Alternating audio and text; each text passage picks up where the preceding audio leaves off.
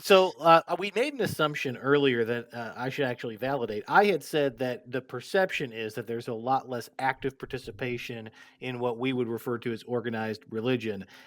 I think that's backed up by some data, but there's a lot of informal religious observations and celebrations. People who maybe don't go to the synagogue or to the mosque or to the church on the weekend, but they still live a life with the same values they were raised with. They just maybe don't participate in all of the traditions.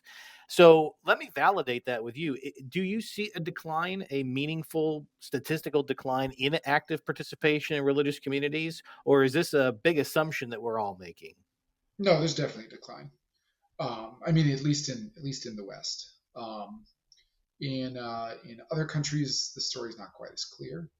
But certainly in the West, there's declining participation and interest in religion. Globally, there's actually increasing religiosity, even though in most countries religiosity is declining. And the reason for this is just that the countries that have population growth, even though within country they may have declining religiosity, um, they are still above the global average, and so they have rapid population. So, like you think about a country like Nigeria, or Tanzania or something. So, So let's talk a little bit now about the consequences of this because we've had guests on this program before who've talked about it in like the geopolitical sense, and we've talked a little bit about what it could mean economically, but spiritually, culturally, declining birth rates are going to have impacts in a very practical way beyond even the big macroeconomic or geopolitical picture. So, as a demographer, what are some of the red flags that you're concerned about?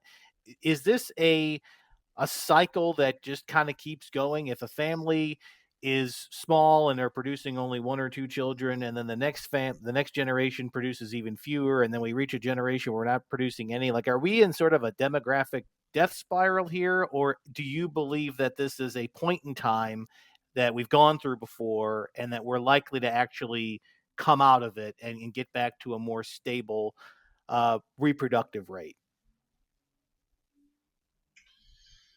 um, I don't think humanity is going to go extinct because we forgot how to have babies.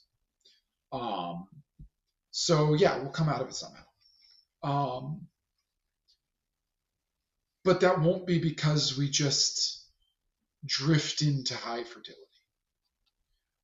It will be because various communities, countries, peoples, whatever, make choices to institute uh, policies, practices, norms, institutions, whatever, that support bigger family size.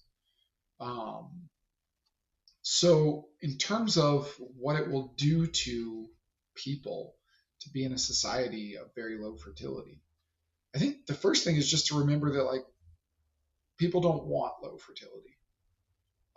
So you can rephrase it as what will it mean for people to live in a society where their life experiences are increasingly distant from their life aspirations. Okay. It's just going to be a society of more frustration, disappointment, and feeling betrayed and let down by the world. Um, that's not going to be a pleasant society. That's going to be a much angrier society.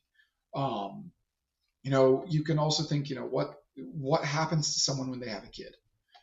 We know that in general they tend to become more religious when they have children. They tend to become somewhat more conservative in general values, though not on economic issues, I should say.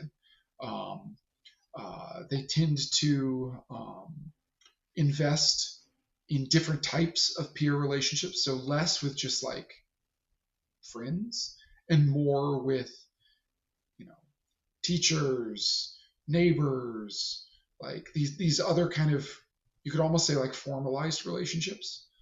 So you have a shift in the types of relationships that are invested in.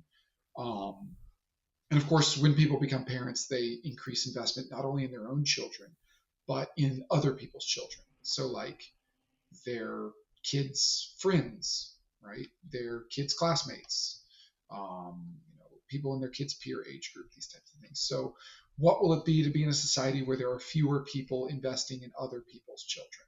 Because that's also where we're heading. Because parenting is what motivates a lot of those investments. Um, A world where the average kid, you might think with fewer people having kids, the average kid would have more adults involved in their life. And that's true. They will have like more grandparent time, but they will actually have less like uncle time, right? Uh, and less like friends' parents time, so to speak.